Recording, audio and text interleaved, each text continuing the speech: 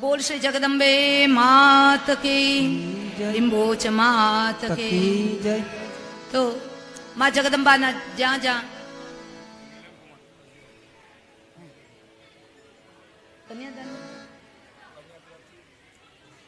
કન્યા તરફથી મિલનભાઈ તરફથી 11,000 રૂપિયાનું યોગદાન આપે છે. ખૂબ ખૂબ ધન્યવાદ. હશે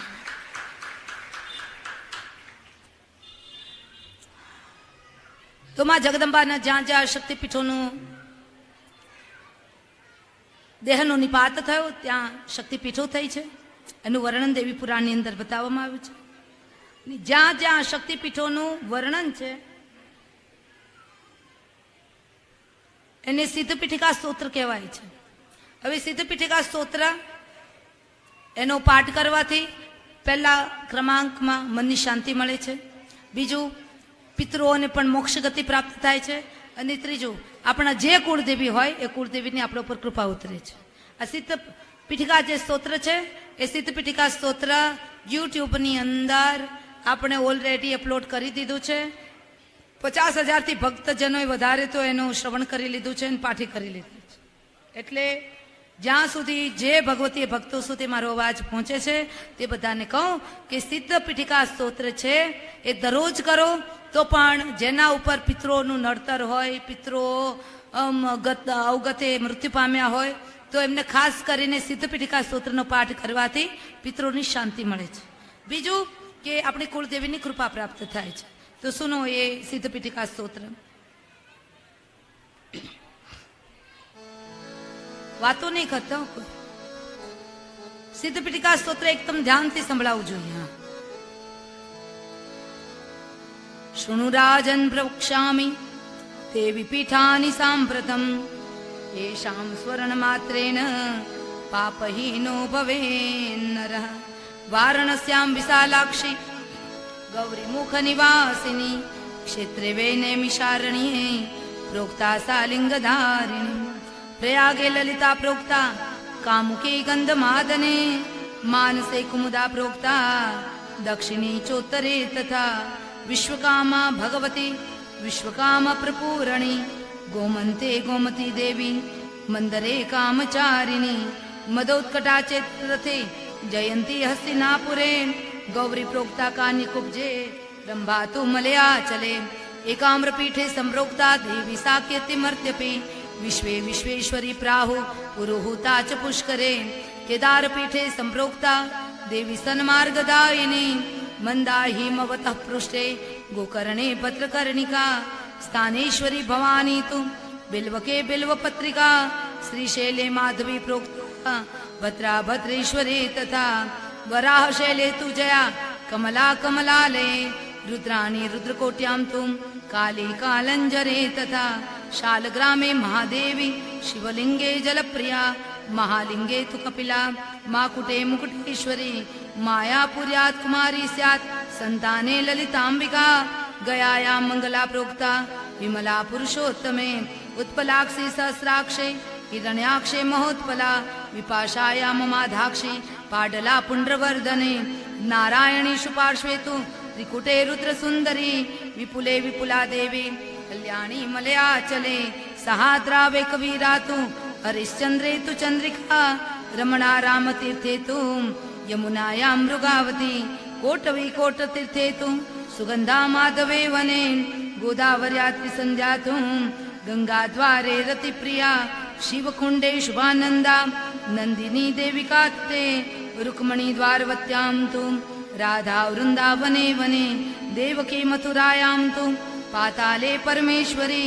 चित्रकूटे तया सीता विंध्ये विंध्यादिवासिनी. करवीरे महालक्ष्मी रुमादेवी विनायके. आरोग्या वेद्यनादेवी विनायके. आरोग्या वेद्यनाथे तु महाकाले महेश्वरी. अभये कृष्णतीर्थेषु नितंबा विंध्य पर्वते. मांडवी मांडवी नाम स्वाहा माहेश्वरी पुरे.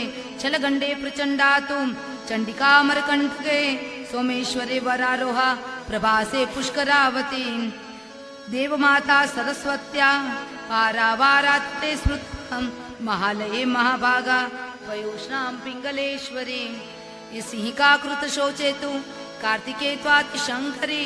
उत्पलावर्त केलोला समुद्रा शोण संगमे माता सिद्धवने लक्ष्मी रनंगा भरताश्रमे जालंधरे विश्वमुखी तया किष्किंद पर्वते देवदारो वने पुष्टिर्मेधा काश्मीर मंडले भीमा देवी हिमाद्रौतु दृष्टि विश्वेश्वरी तथा कपालमोचने शुद्धिर माता कायावरोहणे शंखोद्वारे धरा नाम द्रुति पिंडारके तथा कलातु चंद्रभागायां छेदे शिवधारिणी वेणायाम अमृता नाम बदर्या उर्वशी तथा औषधिश्चोत्तरकुशो कुशद्वीपे कुशोदका मन्मया हेमकूटे तु कुमुदे सत्यवादिनी अस्वस्थे वंदनीया तु निधिर्वैष्णवालये गायत्री वेदवदने पार्वती शिवसन्निधौ देवलोके तथेन्द्राणि ब्रह्मास्येषु सरस्वती सूर्यबिम्बे प्रभानाम मातॄणां वैष्णवी मता अरुन्धति सतीनां तु रामासु च तिलोत्तमा चित्ते ब्रह्मकला नाम शक्तिः सर्वशरीरिणाम् इमा नष्ट शतानीषु पीठानि जन्मे जय तत्संख्याकाश्च दिशान्या देव्यश्च परिकीर्तिताः सती देव्यं गभूतानि पीठानि कथितानि च अनन्यपि प्रसंगेन यानि मुख्यानि भूतले यस्मरे शृणुत्वापि नामाष्टशतमुत्तमं सर्वपाप विनिर्मुक्तो देवी लोकं परं व्रजेत् एतेषु सर्वपीठेषु गच्छद्धात्रा विधानत संदर्भयच्च पित्रादीन् श्राद्धादीनि विधाय च नामाष्टशतजापेन बहवः सिद्धतां गता यत्र तत् लिखितं साक्षात् पुस्तके वापि तिष्ठति गृहमारी भयादीनि तत्र नैव भवन्ति सौभाग्यं वर्धते नित्यं यथा पार्वणि वारिधि न तस्य दुर्लभं किञ्चित् नामाष्टशतजापिनः कृतकृत्यां भवे नूनं देवी भक्तिपरायणः देवी भक्तिपरायण। પહેલો લાભ આ સિદ્ધપીઠિકા સ્તોત્રનું જે કોઈ પાઠ કરશે શ્રાદ્ધના સમયે પિતૃતર્પણને દિવસે કરશે તો પણ એના પિતૃઓને મોક્ષ મળી જશે. સાથોસાથ આ સિદ્ધપીઠિકા સ્તોત્રનું જે કોઈ પણ પાઠ કરશે ભગવતી ભક્ત તો દેવી લોકમ પરમ વ્રજે શરીર શાંત થયા બાદ દેવીના લોકની અંદર ગતિ કરશે. અને ત્રીજો મહિમા કે જે આ દેવી માતાનો સિદ્ધપીઠિકા સ્તોત્રનું જે રોજને માટે પાઠ કરશે તો અંતરિક્ષમાંથી દેવતાઓ જે પાઠ કરનાર વ્યક્તિ છે એની પરિક્રમા કરવા માટે ધરાધામ પર પધારશે. આવો મહિમા બતાવ્યો છે. તો તમારે ક્યાંય શોધવા જવાની જરૂર નથી, બુક પણ શોધવાની જરૂર નથી. જે ચેનલ છે મારા નામથી શ્રી સરિતા દેવીજી ઓફિશિયલ ચેનલ, એ ચેનલમાં તમે સબસ્ક્રાઇબ કરજો. સિદ્ધપીઠિકા સ્તોત્ર એટલું બોલશો ને ત્યાં આવી જશે. અને એમાં જે આપ કહ્યું રોજને માટે શ્રવણ કર્યા કરજો અને થોડુંક લખી લેજો તમારી રીતે જાતે જાતે, એટલે તમને આવડી જશે. આવું સિદ્ધપીઠિકા સ્તોત્રનો મહિમા બતાવવામાં આવ્યો. અને જ્યાં માં જગદંબાના મુખ્ય અંગના નિપાતો થયા ત્યાં મુખ્ય શક્તિપીઠો થઈ. કુલ 108 શક્તિપીઠો, પણ જ્યાં માં જગદંબાના શ્રી અંગના નિપાત થયા એ મૂલત શક્તિપીઠ. અને એ મૂલત શક્તિપીઠોનું વર્ણન દેવી પુરાણની અંદર બતાવવામાં આવ્યું છે કે જ્યાં જગદંબાનો કોહનીનો ભાગ પડ્યો એ ક્ષિપ્રા નદીના તટ પર માં જગદંબા હરસિદ્ધિના નામથી ઓળખાયા. માં જગદંબાના વાળનો ભાગ પડ્યો ત્યાં માતાજી કાત્યાયનીના નામથી ઓળખાયા. માં જગદંબાનો બ્રહ્મરંધ્રના ભાગનો નિપાત થયો તો માં જગદંબા બલુચિસ્તાનમાં દેવી હિંગલાજના નામથી જગ પ્રસિદ્ધ થયા. માના હૃદયનો ભાગ પડ્યો તો એમાં જગદંબા અંબાજીના નામથી જગતની અંદર જગ પ્રસિદ્ધ થયા. અને એ અંબાજી સરકાર કોને મળ્યા? આપણા ગુજરાતીઓને મળ્યા. આપણું પરમ સૌભાગ્ય છે. મોટી મમ્મી આયા, નાની મમ્મી આયા. મોટી મમ્મી કયા? તો અંબા સરકારની. નાની મમ્મી, છોટી મમ્મી ક્યાં? અરે તો કે ગિરનાર પર્વત ઉપર જે અંબાજી બેઠા છે ને એ પણ શક્તિપીઠ જ છે. ત્યાં જગદંબાના ઉદરનો ભાગ પડ્યો એટલે એ શક્તિપીઠ છે.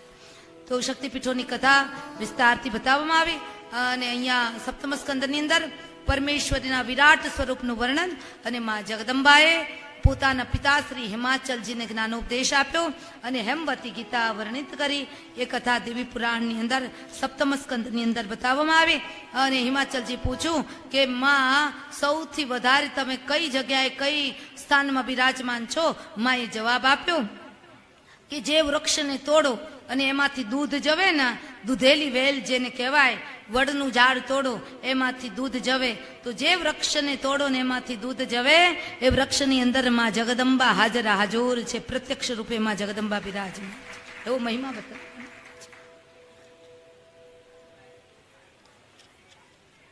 હેમવતી ગીતા તો ખજાનો છે, કંઈક દર વખતે કંઈક નવું નવું હોય. અને હેમવતી માતાને પૂછ્યું કે માં સૌથી વધારે વાર તમને કયો વાલો? માં જગદંબાએ જવાબ આપ્યો, શુક્રવારનું વ્રત મને સૌથી વધારે, શુક્રવારનો દિવસ મને સૌથી વધારે વાલો છે. એ કથા બતાવવામાં આવી અને અહીંયા 7 દ્વીપોનું વર્ણન કરી ભારત ભૂમિની યશોગાથા ગાય અને આ સ્કંદને વિરામ આપવામાં આવ્યો છે. આ સ્કંદનું સપ્તમ સ્કંદનું પુષ્પ લીંબોજ માતાના શ્રી ચરણારવિંદમાં સમર્પિત કરી. જય જય શ્રી દેવી ભાગવતે મહાપુરાણે વૈયાસિક્યામ બારમાંશ્યામ સંહિતામ સપ્તમ સોપાન સમાપ્તોયમ. અષ્ટમ સ્કંદની અંદર સાવ નાનો એવો અવડો એવો છે. અષ્ટમ સ્કંદની અંદર બતાવવામાં આવ્યું 1 થી પૂનમ સુધીનું વ્રત કઈ રીતના કરવું. તો કે સૌથી પહેલું વ્રત માને કયું વાલું? નવરાત્રનું. બીજું વ્રત કોઈ પણ મહિનાની અજવાળી ત્રીજ. ત્રીજું વ્રત કયું? તો એકમ થી પૂનમ સુધીનું વ્રત કરી અને માને નૈવેદ્ય અર્પણ કરવાના. કાલે ટાઈમ રહેશે તો એ એકમ થી પૂનમ સુધીનું જે વ્રત છે ને એમાં કયા કયા નૈવેદ્યો માને અર્પણ કરવા એ હું કાલે તમને જણાવીશ. એ કથા બતાવવામાં આવી અને ત્યારબાદ નવમ સ્કંદની કથા બતાવતા મારા વ્યાસ ભગવાને કહ્યું છે, સુનો જન્મે જય. નવમ સ્કંદની અંદર પંચ પ્રકૃતિની કથા બતાવવામાં આવી છે અને આ પંચ પ્રકૃતિની જે કથા બતાવવામાં આવી એનો મહિમા બતાવ્યો નવમ સ્કંદની અંદર.